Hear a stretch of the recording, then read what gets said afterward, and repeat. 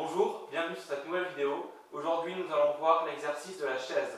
Cet exercice va permettre de renforcer les mollets, les quadriceps et surtout les tendons des quadriceps qui ont un rôle très important dans le maintien de l'articulation du genou. C'est un exercice qui est très utilisé chez les skieurs dans la période creuse de l'année pour prévenir d'éventuelles blessures et également chez les sportifs qui doivent faire des changements brusques de direction, notamment les footballeurs et les tennismen. Pour ce qui est de l'exécution, cet exercice est très simple à réaliser. Tout ce que vous avez à faire, c'est à vous tenir assis contre un mur. Ici, j'ai les cuisses parallèles.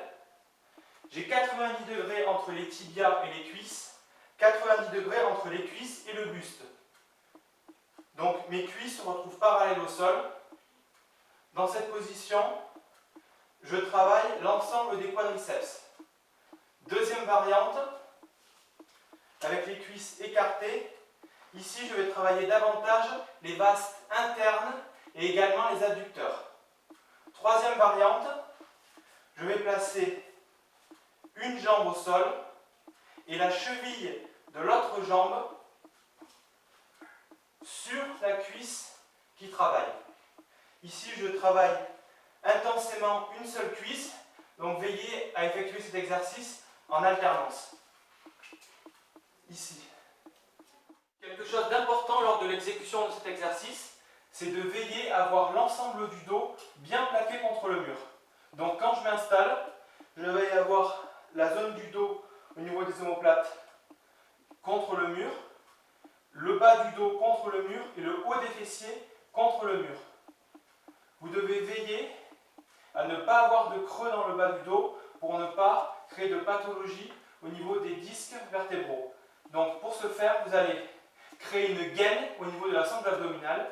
Ici, je vais aspirer le nombril vers la colonne vertébrale. De cette manière, je protège de manière optimale le bas du dos. Dernier point à noter lors de l'exécution de cet exercice, c'est la bonne position du bassin. En effet, si vous avez une scoliose ou un quelconque problème de posture, il est possible qu'une des crêtes du bassin soit plus haute que l'autre ou plus en avant, et également que vos genoux soient décalés.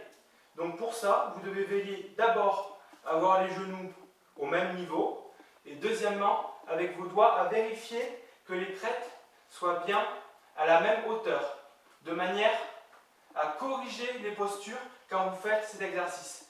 Vous allez intensément solliciter les fessiers qui sont très importants dans la bonne position du bassin. Donc si vous faites cet exercice en maintenant votre problème de posture, mettons avec un genou plus en avant ou le bassin décalé, vous allez aggraver votre problème de posture en inscrivant encore plus profondément dans les fascias ce déséquilibre. Donc quand vous faites cet exercice, veillez à la bonne position des genoux et à l'équilibre entre les deux crêtes du bassin. Je vous remercie pour votre attention et je vous dis à bientôt pour de nouvelles vidéos.